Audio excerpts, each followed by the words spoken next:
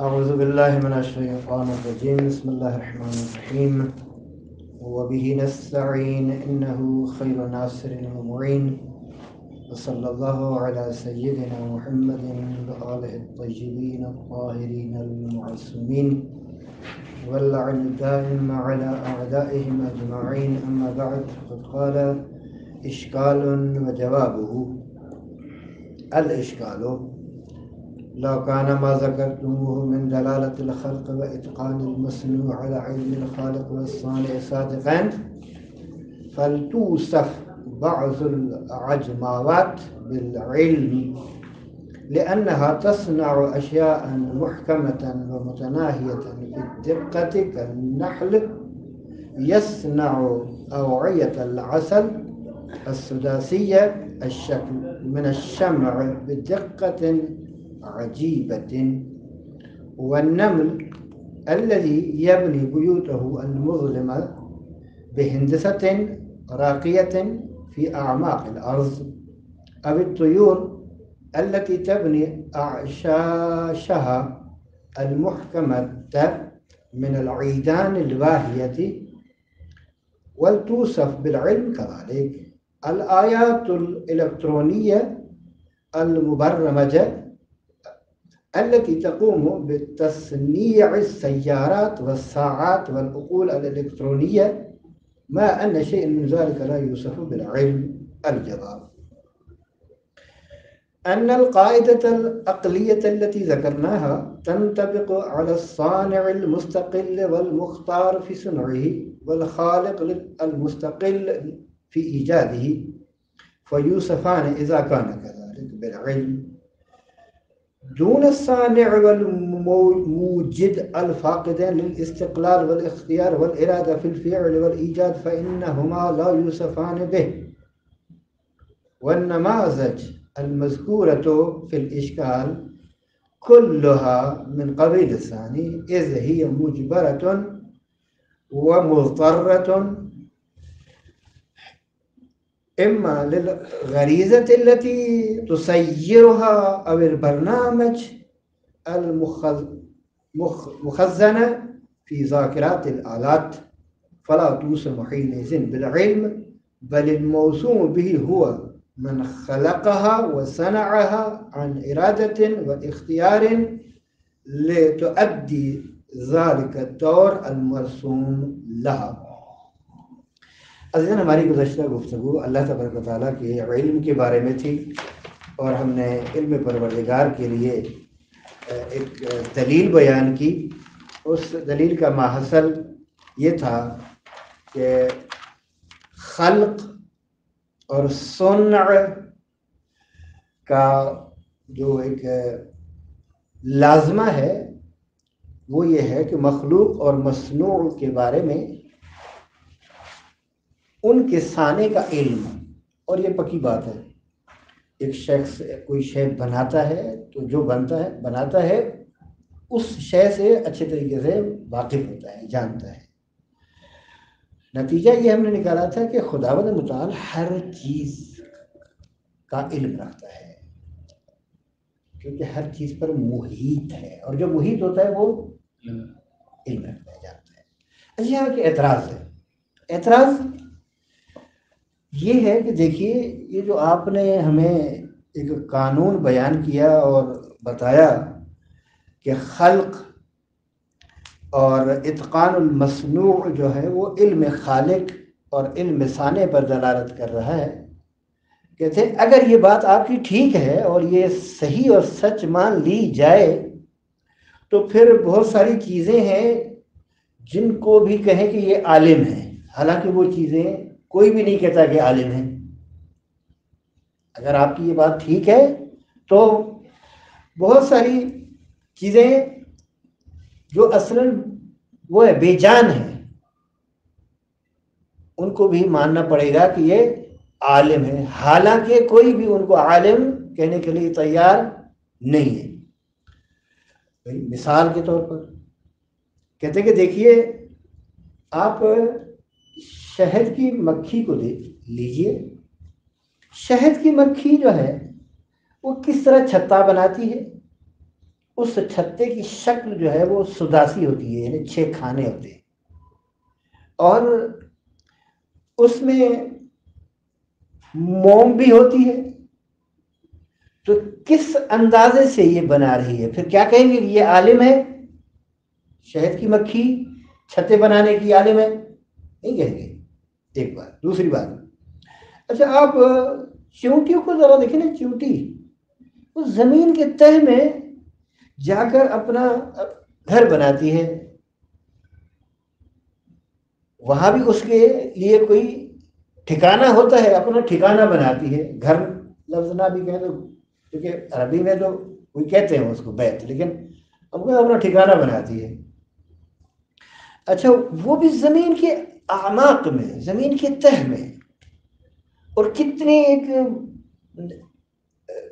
زبردست طریقے سے اس کا گھر ہوتا ہے. یا پرندے کو دیکھیں، ظرافت کے ساتھ پرندہ دیکھیں کہ وہ گھونسلہ جو بناتا ہے وہ کہاں کہاں سے چھوٹی چھوٹی چیزیں، چوب وغیرہ لے کر، لکڑیاں لے کر، یا مثلا کچھ خشک گھاس وغیرہ یہ لے کر بناتا ہے. زبردست طریقے سے بناتا ہے. اگر انسان بنانا چاہے تو پھر بھی نہیں بنا پائے گا اتنا. تو کیا ہم یہ کہیں گے کہ یہ جو چیونٹیاں ہیں یہ علم رکھتی ہیں؟ یا ہم یہ کہیں گے کہ یہ جو مثلا پرندہ ہے جس نے یہ گھونسلہ بنایا ہے یہ عالم ہے؟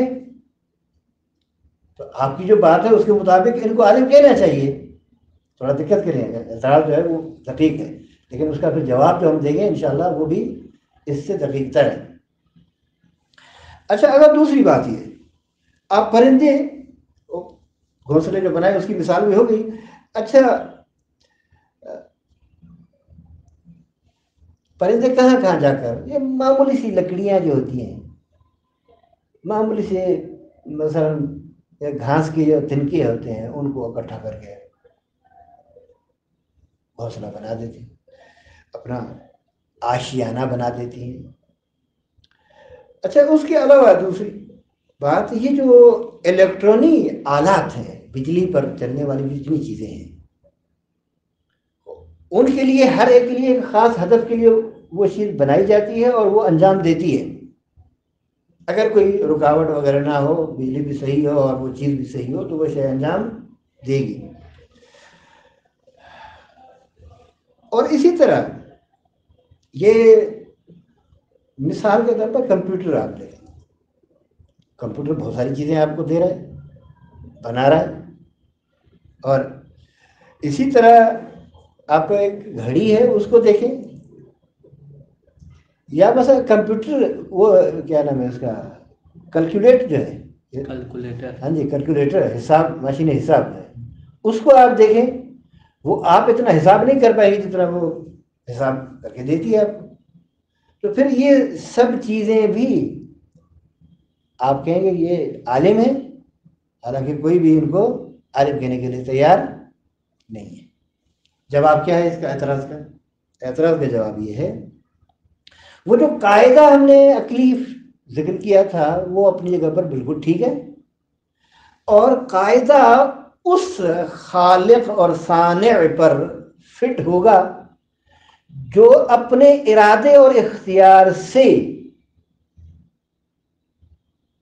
یہ کام کرے، خلق کرے اور صنع انجام دے، اور مستقل ہو، محتاج نہ ہو کسی کا اس خلقت میں اور اس ایجاد میں اور اس بنانے میں. یہ جو شے ہے کہ یہ قاعدہ اس جگہ پر فٹ ہوگا، وہ بنانے والا جو صاحب ارادہ ہو، صاحب اختیار ہو، اور اپنا استقلال رکھتا ہو، محتاج نہ ہو کسی شے کا بھی. ایسا خالق غیر از اللہ تبارک و تعالیٰ کوئی بھی نہیں ہے. یہ جو مثالیں آپ نے دی 3 4 5، یہ مثالیں یا تو غریزے کے طور پر ہے، آپ نے شہد کی مثال، مکھی کی مثال دی، وہ غریزہ ہے، ٹھیک ہے، یہ اس میں فطری طور پر رکھ دی گئی ہے چیز. آپ نے چونٹی کی مثال دی، یہ غریزہ ہے، یہ فطری طور پر اس میں رکھ دی گئی ہے. اور اسی طرح آپ نے مثال دی پرندے کی کہ پرندہ گھونسلہ بناتا ہے چھوٹی چھوٹی باریک باریک مثلا لکڑیوں سے یا تنکوں سے یا مثلا گھاس وغیرہ سے گھونسلہ بناتا ہے. تو کہتے ہیں یہ فطری طور پر ان سب امور میں فطری طور پر غریزی طور پر یہ چیز رکھ دی گئی ہے. ٹھیک، لیکن رکھنے والا کوئی اور ہے. ان میں ان کا اپنا ارادہ نہیں ہوتا، اپنا اختیار نہیں ہوتا کہ نہ چاہیں مثلا بنانا تو نہ چاہیں، یا مثلا مستقل نہیں ہے اپنے وجود میں بھی، بقا میں بھی اور خلقت میں بھی. اچھا، یہ جو باقی چیزیں مثال دی آپ نے، کمپیوٹر کی مثال دی، لیپ ٹاپ کی مثال یا کیلکولیٹر کی مثال، یا جتنی بھی مشینریاں ہیں، جوس کی مشین ہے مثلا فلاں فلاں، یہ بہت ساری، یہ واشنگ مشین ہے، وہ واشنگ مشین میں کام کر دیتی ہے، آپ کو کپڑے دھو کے دیتی ہے. ٹھیک ہے، اور اسی طرح بہت ساری اور کھانے پینے کی چیزیں، وہ دستگاہیں، وہ سسٹمز، وہ مشینریاں جو مخصوص کام کے لیے، ان سے صرف وہی کام ہوگا، کوئی اور نہیں ہوگا. ہر ایک سے جو کام اس کے لیے رکھا گیا ہے نا، وہی انجام دے گی. اگر صاحب ارادہ ہو تو متعدد کام اس سے ہو نا، حالانکہ ان سے متعدد کام نہیں ہوتے. بس ان میں چونکہ ایک سسٹم رکھ دیا جاتا ہے، حافظہ، ہارڈ اور دوسری چیزیں، یہ وہ میموری رکھ دی جاتی ہے. اگر وہ نکال دیں، مثلا کیلکولیٹر سے اگر آپ بیٹری نکال دیں، وہ سیل جو ہے وہ نکال دیں، تو وہ کیا کام کرے گا؟ کچھ بھی نہیں کر پائے گا نا. کمپیوٹر کی اگر تار خراب ہو جائے جو بجلی میں لگے، تو کمپیوٹر کچھ بھی نہیں کر پائے گا. اچھا، کمپیوٹر سے وہ میموری نکال دیں، مدر بورڈ نکال دیں، ہارڈ نکال دیں، یہ جو اہم چیزیں ہیں جن کی وجہ سے یہ چلتا ہے، اگر یہ نکال دیں پھر بھی وہی کام کرے گا؟ نہیں کرے گا. اچھا، اسی طرح وہ جو واشنگ مشین ہے، اس کا جو ایک سسٹم ہے خاص، وہ اگر وہ ناکارہ ہو جائے، نہیں چلتی نا. بالکل. تو بس فرق ہے، یہ قادر نہیں ہے، ارادہ نہیں رکھتی یہ چیزیں، اور یہ چیزیں اختیار نہیں رکھتی، استقلال نہیں رکھتی، بلکہ اس میں جو بنانے والے نے اپنے ارادے اور اختیار سے جس طرح فٹ کر دیا مشینریوں میں، ان چیزوں میں، وہ اسی طرح کرے گی. اور پرندے اور یہ چونٹیاں اور یہ دوسری چیزیں جو مثال دی، غریزی طور پر کسی نے ان میں یہ چیزیں رکھ دی ہیں. بس وہ قاعدہ اپنی جگہ پر صحیح ہے، وہ آپ کی ان مثالوں سے قاعدہ نہیں ٹوٹتا. بس اللہ عالم ہے، اور کیوں؟ کیونکہ اتقان الصنع، اتقان الخلق دلیل ہے اس کے عالم ہونے پر. اچھا، قرآن کریم میں متعدد آیات ہیں، بہت زیادہ. اصل خود انسان اگر سرچ کرے، یعنی لیپ ٹاپ کے ذریعے سے، موبائل کے ذریعے سے، کمپیوٹر کے ذریعے سے، تو متعدد آیات آپ کو مل جائیں گے قرآن کریم میں، جو اللہ کے علم کی وسعت کو بیان کر رہی ہیں. بلکہ یہ کہ ہر چیز پر اس کا احاطہ ہے، وہ ہر چیز محاط ہے، وہ ہر چیز پر محیط ہے. کوئی بھی شے چاہے چھوٹی سے چھوٹی بھی، کوئی بھی شے چاہے کتنی بڑی ہی کیوں نہ ہو، کوئی حرکت، کوئی عمل، کوئی فعل، کوئی سانس، تاکہ یہ سانس لیا جا رہا ہے، خدا اس کو خود اس بندے کو پتہ نہیں کہ اس نے کتنی سانسیں لی، لیکن خدا کو معلوم ہے اس نے اتنی سانسیں لی. اچھا بہت ساری چیزیں انسان کے ذہن میں خلجان کرتی ہیں، آ جاتی ہیں، خدا اس کو بھی جانتا ہے. بعض اوقات کیا ہوتا ہے، میرے ذہن میں کچھ چل رہا ہوتا ہے، میں کچھ کرنا چاہتا ہوں، حالانکہ اس کو کسی کا پتہ نہیں ہوتا.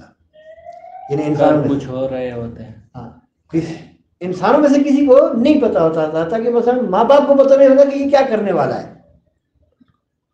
لیکن اس خالق کو پتا ہے کہ یہ اب کیا کرنے والا ہے. ٹھیک ہے.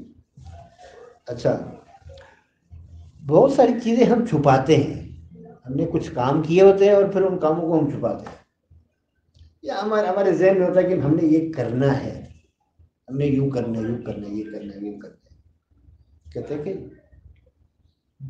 جو بھی انسان اپنی دل میں چھپاتا ہے، اپنے دلوں میں چھپاتا ہے، وہ اس سے مخفی پوشیدہ نہیں، وہ جانتا ہے اس چیز کو بھی جو انسان نے اپنے ضمیر کے اندر چھپا رکھی ہوتی ہے.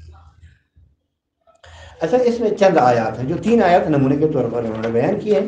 ان آیات کو بیان کر کے پھر تطبیق عبارت کرتے ہیں. اگر وقت بچا تو پھر ہم ایک دوسری صفت کو جو کہ قدرت ہے شروع کریں گے، وگرنہ آج کے لیے اتنا ہی کافی ہے.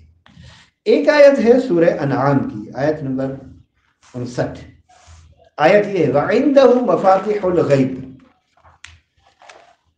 لَا يَعْلَمُهَا إِلَّا هُ، اور اس کے پاس ٹھیک ہے غیب کی کنجیاں ہیں، چابیاں ہیں. لا يعلمها، ان چابیوں کو کوئی نہیں جانتا سوائے خود اسی کے. یہ ہا کی ضمیر مؤنث کی ہے، یہ اسی مفاتیح کی طرف ہے. اور اللہ جانتا ہے ہر اس شے کو جو بر اور بحر میں ہو، اور کوئی بھی درخت سے کوئی پتا نہیں گرتا سوائے اس کے کہ وہ اس کو جانتا ہے. یہ پتا گرا ہے، گر رہا ہے، گرنے والا ہے. اچھا زمین کی تاریکیوں میں جو دانا کاشتکار کاشت کرتا ہے، جو دانا یہ کیا نام ہے کسان دانا رکھتا ہے زمین میں کوئی چیز بونے کے لیے، تو خدا اس دانے کو بھی جانتا ہے. اچھا کوئی بھی خشک و تر نہیں ہے سوائے اس کے کہ اس کا ذکر کتاب مبین میں موجود ہے. یہ ایک آیت. دوسری آیت ہے قل ان تخفوا ما فی صدورکم او تبدوه یعلمہ اللہ ویعلم ما فی السماوات والارض. یہ سورہ آل عمران کی آیت نمبر 29 ہے. اس کتاب میں جو لکھا ہوا یہ غلط ہے حوالہ، ٹھیک ہے. آیت نمبر 29 ہے، یہ جو حوالہ دیا گیا ہے یہ ٹھیک نہیں ہے. اچھا تیسری آیت، اس کا مطلب ہے کہ کہہ دیجئے اے رسول جو کچھ تمہارے دلوں میں ہے، چاہے یہ سینوں میں ہے، صدورکم جو کچھ تمہارے سینوں میں ہے، چاہے تم اسے چھپا کے رکھو یا اس کو عیاں کر دو، آشکار کر دو، ظاہر کر دو، واضح کر دو، جانتا ہے اللہ اسے. اور اللہ تو ہر اس شے کو جانتا ہے جو زمین میں ہے یا آسمانوں میں. یعنی آسمان اور زمین میں ہر شے کو خدا جانتا ہے. اچھا ایک اور آیت، تیسری آیت، اللہ یعلم ما تحمل کل انثی، خدا جانتا ہے کہ ہر عورت کیا اپنے شکم میں اٹھائے ہوئے ہیں. ٹھیک، اللہ جانتا ہے کہ اس عورت نے اپنے پیٹ میں شکم میں کون سا بچہ اٹھا کر رکھا ہوا ہے. اچھا یہ جو ارحام ہیں، رحم ہیں، وہ جس چیز کو گھٹاتے ہیں یا بڑھاتے ہیں خدا اس کو بھی جانتا ہے. خدا کے پاس ہر چیز مقدار کے مطابق، یعنی ہر چیز کی جو مقدار ہے وہ بھی اللہ. اچھا یہ جو ایڈریس حوالہ دیا ہے یہ بھی غلط ہے، سورہ رعد کی آیت نمبر 8 ہے، نہ کہ 13 نہیں ہے، 8 ہے۔ آخری آیت جو اس میں ہے وہ اصل میں آیت کا ایک حصہ انہوں نے لکھا ہے، میں چاہتا ہوں کہ آیت کو پورا بیان کر دوں تاکہ مطلب سمجھ میں آسانی ہو جائے۔ قال الذین کفروا، کہا ان لوگوں نے جنہوں نے کفر اختیار کیا، یعنی جو کافر ہو گئے، انہوں نے کہا، کیا کہا انہوں نے؟ لا تأتینا الساعۃ، ساعت یعنی قیامت، یہ قیامت ہمارے اوپر نہیں آئے گی، یہ گھڑی قیامت کی نہیں آنے والی، یہ ویسے ہی ہے، یہی دنیا ہے سب کچھ، لا تأتینا الساعۃ، یعنی ہمیں کوئی پریشان ہونے کی ضرورت نہیں ہے، یہی زندگی ہے، یہی دنیا ہے، اور بس اس کے بعد فنش۔ لا تأتینا الساعۃ قل، اب اللہ نے اپنے حبیب سے کہا کہ ان سب کو کہہ دو کہ جو کہہ رہے ہیں کہ لا تأتینا الساعۃ، قیامت نہیں آئے گی، قیامت کی گھڑی نہیں آئے گی، یہ آگے حساب کتاب نہیں ہے، کچھ نہیں، کہہ دیجئے قل بلا وربی عالم الغیب۔ اب یہاں عالم کا مجرور پڑھنا بھی واضح ہو گیا کہ کیوں پڑھ رہے ہیں۔ وربی واو قسمیہ ہے، ربی واو کے ذریعے مجرور ہے، عالم الغیب اس ربی کی صفت ہے، واضح گئی عبارت۔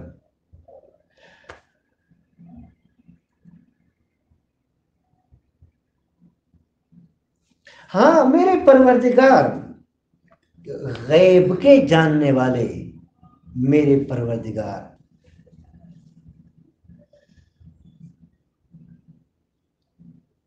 کی قسم، واو قسم، مجھے یعنی مجھے اپنے اس رب کی قسم جو غیب جانتا ہے، غیب جاننے والے رب کی قسم، قیامت ضرور آئے گی، یہ ذہن سے نکال دو کہ نہیں آئے گی، آئے گی، حتماً آئے گی، مجھے اپنے رب کی قسم جو کہ عالم الغیب ہے۔ لا يعزب عنه مثقال ذرة في السماوات ولا في الارض، اچھا زمینوں میں آسمانوں میں ایک ذرے برابر بھی کوئی چیز اس سے مخفی نہیں ہے، پوشیدہ نہیں ہے، چھپ نہیں سکتی، نہ چھوٹی شے نہ بڑی شے، جتنی بھی چھوٹی چیز ہو جتنی بھی بڑی چیز ہو وہ کتاب مبین میں موجود ہے، اس کا ذکر، اس کا علم، کتاب مبین ہے، وہ کتاب مبین کس کی ہے؟ اب کتاب مبین سے جو بھی آپ مراد لیں وہ خالق کے نیچے ہی ہے، یعنی علم پروردگار میں یہ سب چیزیں چھوٹی ہیں موجود، ٹھیک ہے۔ عبارت کی تطبیق کریں پھر آگے چلتے ہیں۔ اعوذ باللہ من الشیطان الرجیم، بسم اللہ الرحمن الرحیم۔ اشکال و جواب، ایک اعتراض اور اس کا جواب۔ الاشکال، یہ الف لام جو اشکال پر ہے وہی پہلے جو ذکر ہوا ہے، الف لام آیت ذکری ہے۔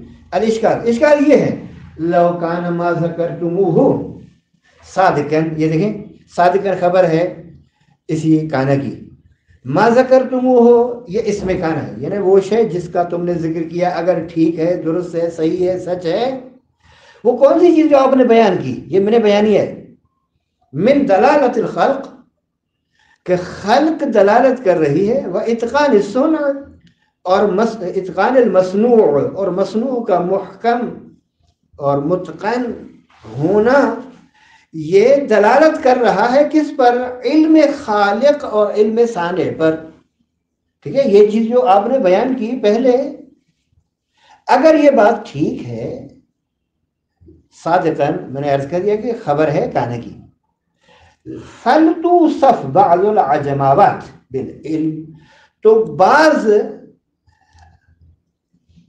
یعنی وہ چیزیں جو بول نہیں سکتی، بعض چیزیں جو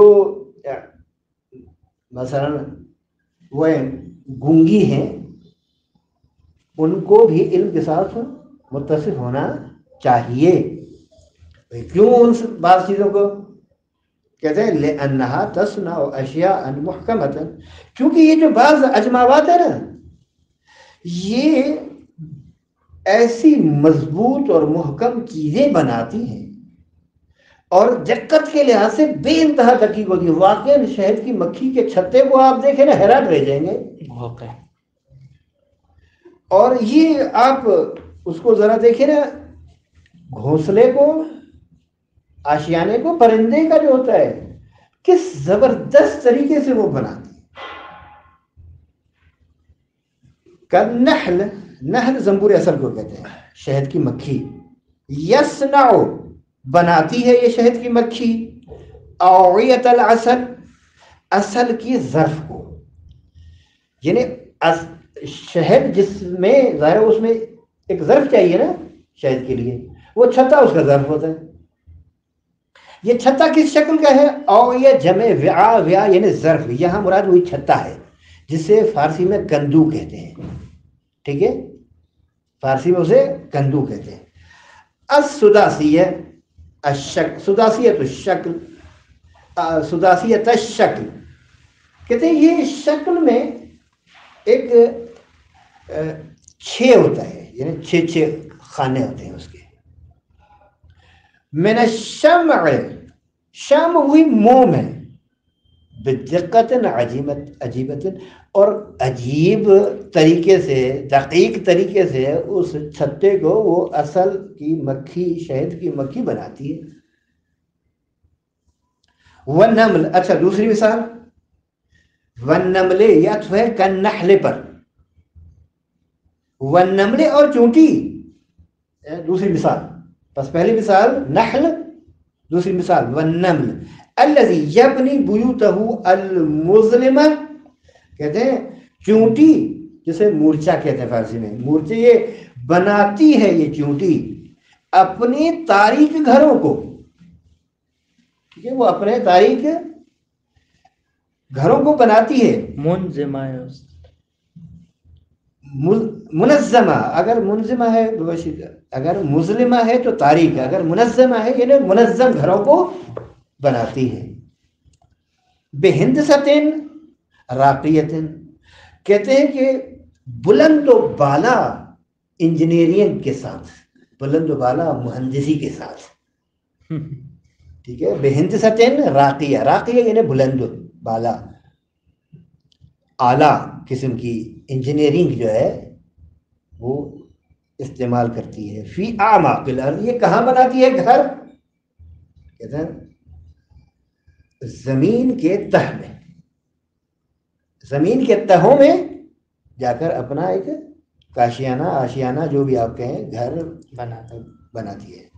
والطیور، یہ ہوئی اسی پر. تیسری مثال طیور، پرندے، طیر کی جمع. التی تبنی اعشاشہا، اعشاش جمع عش، عش یعنی آشیانہ ایک معنی، عش یعنی گھونسلہ سادہ لفظ میں. ٹھیک ہے، قوم کو عش آل محمد کہا جاتا ہے، یعنی آشیانہ آل محمد. پرندوں کے لیے استعمال ہو یہ لفظ عش تو گھونسلے کے معنی میں ہوگا. اگر انسانوں میں سے ایک عظیم انسان کے لیے یا انسان کے لیے استعمال ہو تو بمعنی آشیانہ، کاشیانہ، بیٹھک اور وغیرہ وغیرہ، رہنے کی جگہ. اعشاشہ، اپنے اعشاش اپنے آشیانے، المحکمۃ، وہ آشیانے جو بڑے مضبوط ہوتے ہیں، محکم ہوتے ہیں، پرندوں کے ایسے گر نہیں جاتے فوراً. من العیدان، اچھا یہ جو آشیانے بناتی ہیں نا پرندے بناتے ہیں، یہ کہتے ہیں کہ عیدان عود کی جمع ہے. عود چھوٹی چھوٹی لکڑیاں کہتے ہیں، چھوٹے چھوٹے یہ جو تنکے ہوتے ہیں ان کو کہتے ہیں. یہ الواہیہ، واہیہ یعنی طاقت نہیں ہوتی، وہ ایسے ہوتے ہیں ایسے. اس کو یہ توڑنے میں یا اس کو اس میں خراب کرنے میں دیر نہیں لگتی. تنکے، ہاں تنکے. ٹھیک ہے، بس یہ پرندے اپنے اس طرح کی لکڑیاں یا اس طرح کے تنکوں سے اپنے آشیانے بناتے ہیں. اچھا یہ 3 مثالیں ہو گئی. اول توصف العلم کذالک، اور اسی طرح علم کے ساتھ متصف کیا جانا چاہیے بعض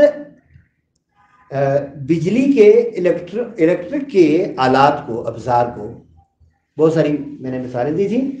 مثلا مثال کے طور پر آپ واشنگ مشین ہے، مثال کے طور پر جوسر مشین ہے، مثال کے طور پر کمپیوٹر ہے، مثال کے طور پر لیپ ٹاپ ہے، مثال کے طور پر یہ موبائل ہے، وہ بہت ساری چیزیں جو آپ دیکھیں.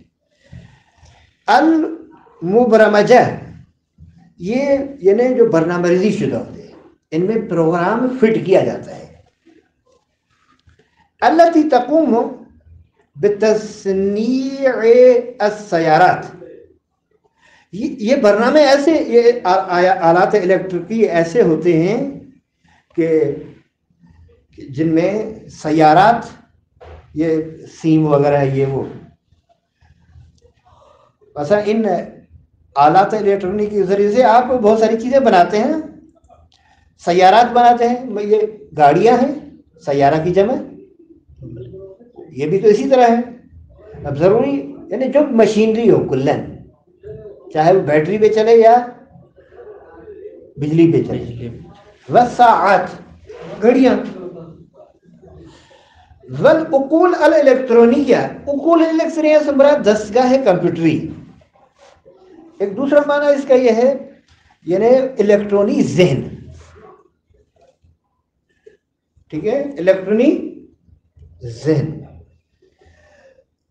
اچھا دوسری بات،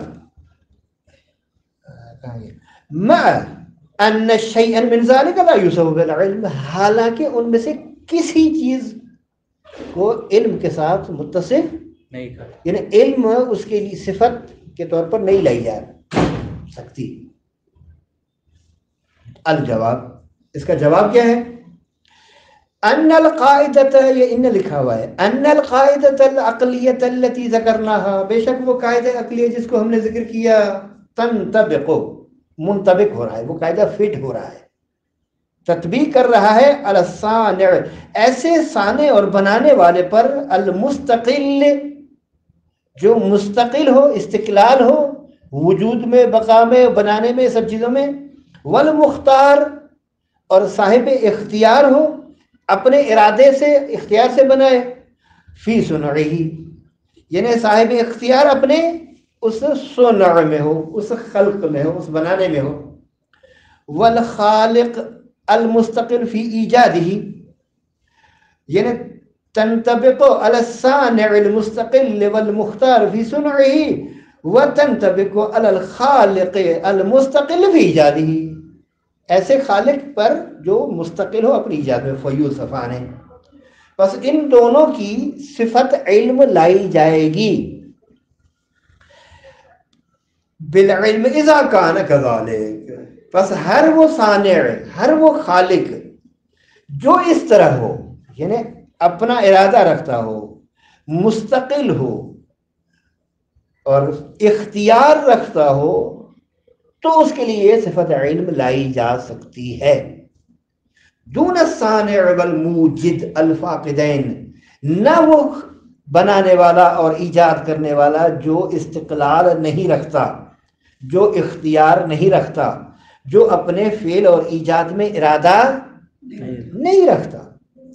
فإنہما لا یوصفان بہ، تو اس خالق اور اس صانع اور موجد، اس بنانے والے کو نہیں کہا جائے گا علم. اب یہ جو مثالیں دی اس کی تطبیق کر رہے ہیں، 3-4 مثالیں جانوروں کی، حیوانات کی، اور کچھ مثالیں بجلی اور یہ مشینری کی. والنماذج، نماز جمع نموذج، نموذج یعنی نمونے، وہ نمونے جو اشکال میں ذکر کیے گئے ہیں سب کے سب، کلھا من قبیل الثانی، سب کے سب دوسری شک کی اس میں ہے. یعنی کیا؟ یعنی ان سب میں شعور نہیں ہے، ارادہ نہیں ہے، اختیار نہیں ہے، استقلال عمل میں نہیں ہے۔ کیوں؟ اذ ہی مجبرتن، کیونکہ ان کو مجبور کیا گیا ہے، ہوا مضطرتن، اور یہ مضطر ہے، مجبور ہے۔ اور کیوں مجبور ہے؟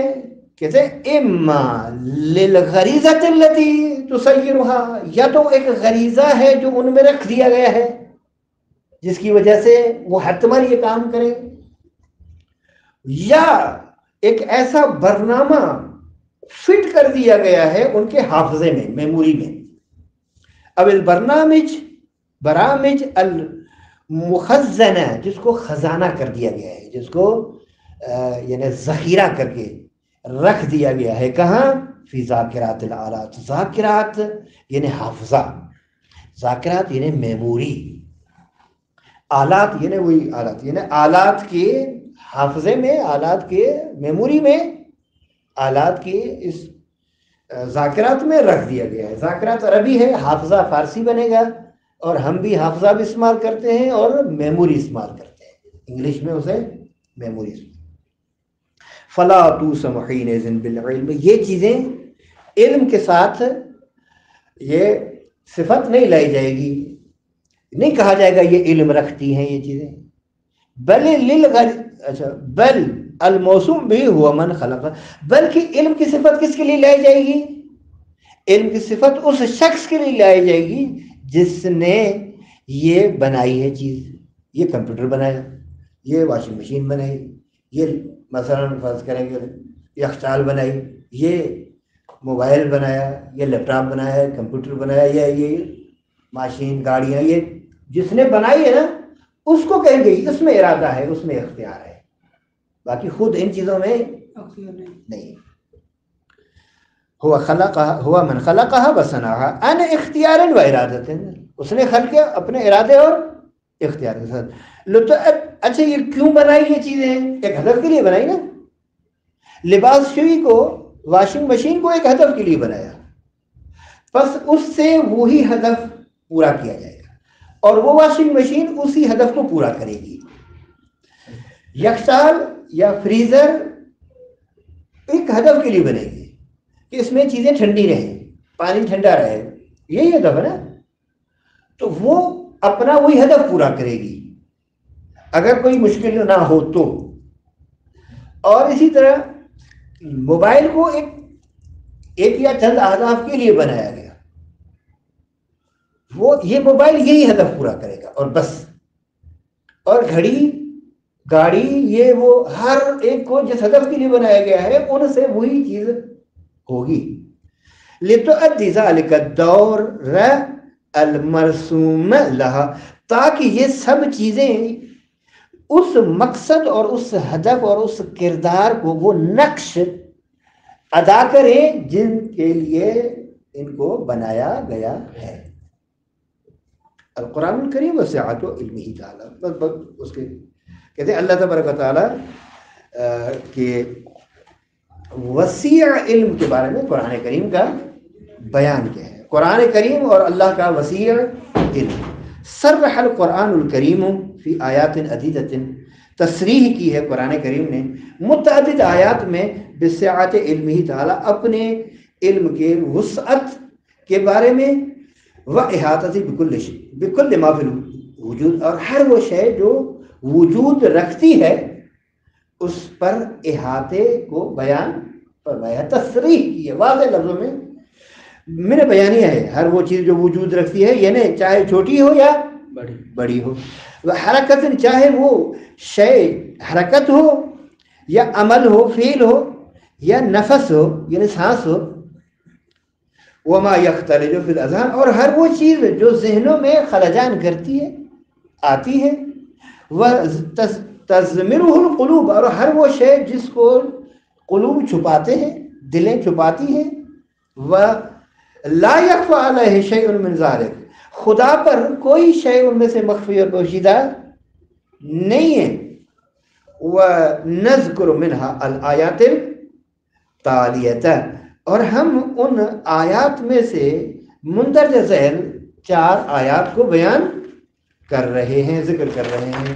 نمبر 1 آیت قولہ تعالی، اللہ کا ارشاد وَعِندَهُ مَفَاتِحُ الْغَيْبِ، اور اس کے پاس غیب کی کنجیاں اور چابیاں ہیں، لا يعلمها الا هو، اس کے علاوہ انہیں کوئی نہیں جانتا، چابیوں کو کوئی نہیں جانتا۔ وَيَعْلَمُ مَا فِي الْبَرِّ وَالْبَحْرِ، خدا جانتا ہے اس شے کو، ہر اس شے کو جو بر میں ہے اور ہر اس شے کو جو بحر میں ہے۔ بحر یعنی سمندر، بر یعنی خشکی۔ وَمَا تَسْقُطُ مِنْ وَرَقَةٍ، نہیں گرتا کوئی بھی ورقہ، یہ ورقہ فاعل ہے تسقط کے لیے، کوئی بھی ورقہ نہیں گرتا، کوئی بھی پتا درخت سے نہیں گرتا، الا يعلمها، مگر یہ کہ اس پتے کو خدا جانتا ہے۔ ولا حبۃ فی ظلمات الارض، اور کوئی بھی دانہ جو زمین کی تاریکیوں میں ہو، ولا رطب ولا یابس، اور زمین میں چاہے خشک ہو یا تر، یعنی رطب تر، یابس خشک، یعنی تری اور خشکی، ہر چیز جو تر اور خشک ہو وہ نہیں ہے، کوئی نہیں جانتا سوائے اس کے کہ وہ کتاب مبین میں ہے، کتاب کھلی ہوئی کتاب میں، آشکار کتاب میں ہے موجود، یعنی اس کا ذکر موجود ہے۔ دوسری آیت قل ان تخفوا ما فی صدورکم، کہہ دیجیے حبیب ان لوگوں کو چاہے یعنی اگر تم چھپاؤ اس شے کو جو تمہارے سینوں میں ہے، او تبدوہ، یا تم ظاہر کرو اس شے کو، ٹھیک ہے، یعنی چاہے اپنے سینوں میں چھپاؤ یا اپنے سینوں میں نہ چھپاؤ، علنا انجام دو، کرنے والی ہو تو شے یا شے دوسرے طریقے، جس طرح بھی ہو، چاہے اس شے کو ظاہر کرو یا اس شے کو چھپاؤ، یعلمہ اللہ، اللہ اس کو جانتا ہے۔ وَيَعْلَمُ مَا فِي السَّمَاوَاتِ وَالْأَرْضِ، اللہ جانتا ہے ہر اس شے کو جو زمین میں ہے اور آسمانوں میں ہے۔ اور اللہ تبارک و تعالیٰ کا یہ ارشاد، اللہ یعلم ما تحمل کل انثی، خدا جانتا ہے کہ ہر مادے نے کیا اٹھایا ہوا ہے۔ اب عورت مثلا لے لیں، اور مادے میں بہت ساری چیزیں آتی ہیں نا، ٹھیک ہے، اب عورت کو لے لیں، عورت جب حاملہ ہوتی ہے تو پیٹ میں جو بچہ ہے اس کو خدا جانتا ہے کہ کیا ہے، اللہ جانتا ہے کہ ہر مادہ نے، ہر انسا نے کیا اٹھایا ہوا ہے۔ وما تغیض الارحام، اور بچے دانیاں، ارحام جمع رحم، رحم یعنی وہی بچے دانیاں، اور بچے دانیاں جو ہے نا کس چیز کو گھٹاتی ہیں اور کس چیز کو بڑھاتی ہیں، خدا اس کو بھی جانتا ہے۔ وما تزداد، تغیض یعنی کیا کہتے ہیں، گھٹاتی ہیں، تزداد بڑھاتی ہیں، یعنی بچے دانیاں بڑھاتی ہیں، ٹھیک ہے، یا رحم بڑھاتے اور گھٹاتے ہیں۔ اور ہر شے جو ہے اس کے پاس اندازے کے مطابق ہے، ٹھیک ہے۔ ایک اور آخری آیت اور بات ختم۔ قال الذین کفروا، کہا ان لوگوں نے جنہوں نے کفر اختیار کیا، لا تأتینا الساعۃ، قیامت ہمارے اوپر نہیں آئے گی، یعنی قیامت وغیرہ کچھ بھی نہیں ہے۔ حکم ہوا اللہ کی جانب سے اپنے حبیب کو، اے رسول قل، کہہ دیجئے ان لوگوں کو، بلا وربی عالم الغیب، ہاں یہ قیامت ضرور آئے گی، مجھے قسم ہے اپنے عالم الغیب رب کی، ٹھیک ہے، مجھے قسم ہے اپنے عالم الغیب رب کی، یعنی وہ قیامت تم پر ضرور آئے گی، اس سے لا یعزب عنہ، یعنی اس سے یعنی اللہ کے علم سے، ٹھیک ہے، کوئی بھی شے چاہے کتنی بھی ہو وہ چھپی ہوئی نہیں، مخفی اور پوشیدہ نہیں ہے، سب چیز جانتا ہے، لہذا لا یعزب مخفی نہیں ہے، پوشیدہ نہیں ہے اس سے، اللہ سے، اللہ کے اسم مثقال ذرۃ ذرے برابر بھی، آسمانوں میں جو چیز ہو وہ اور جو زمین میں چیز ہو، یعنی ایک ذرے برابر بھی اگر زمین میں ہے اللہ اسے بھی جانتا ہے، اور اگر آسمان میں ہے تو اللہ اسے بھی جانتا ہے۔ ما فی الارض فی السماوات ولا فی الارض ولا اصغر من ذلک، بس کوئی بھی چیز چھپی ہوئی نہیں ہے، نہیں رہ سکتی چھپی ہوئی، نہ زمین میں چھپی ہوئی رہ سکتی ہے اور نہ ہی آسمانوں میں، ولا فی الارض ولا اصغر من ذلک، نہ اسے کوئی چھوٹی چیز ہو، ولا اکبر نہ ہی کوئی بڑی چیز ہو، الا فی، یعنی کوئی بڑی چیز بھی نہیں ہے، کوئی چھوٹی چیز نہیں ہے، ایک ذرہ برابر بھی آسمانوں میں موجود چھوٹی چیز بڑی چیز نہیں ہے، سوائے اس کے کہ وہ موجود ہے، اس کا ذکر اللہ کی کتاب میں، جسے کتاب مبین کہتے ہیں، یعنی کتاب مبین سے مراد ہوئی کہ علم الہی ہے، ٹھیک ہے، اللہ کے علم میں موجود ہے فی کتاب مبین۔ بس آج کی گفتگو میرے خیال میں یہاں کافی ہے، انشاءاللہ آئندہ گفتگو ہماری دوسری صفت میں ہوگی جس کا نام ہے قدرت۔ اگرچہ یہاں ایک بات رہ گئی، انشاءاللہ اس کو ہم آئندہ جلسے میں بیان کریں گے۔ خلاصہ اگر اللہ کے لیے علم تو ثابت کیا، لیکن علم کی تعریف تو آپ نے نہیں کی، اس کتاب میں یہ تو نہیں تھا۔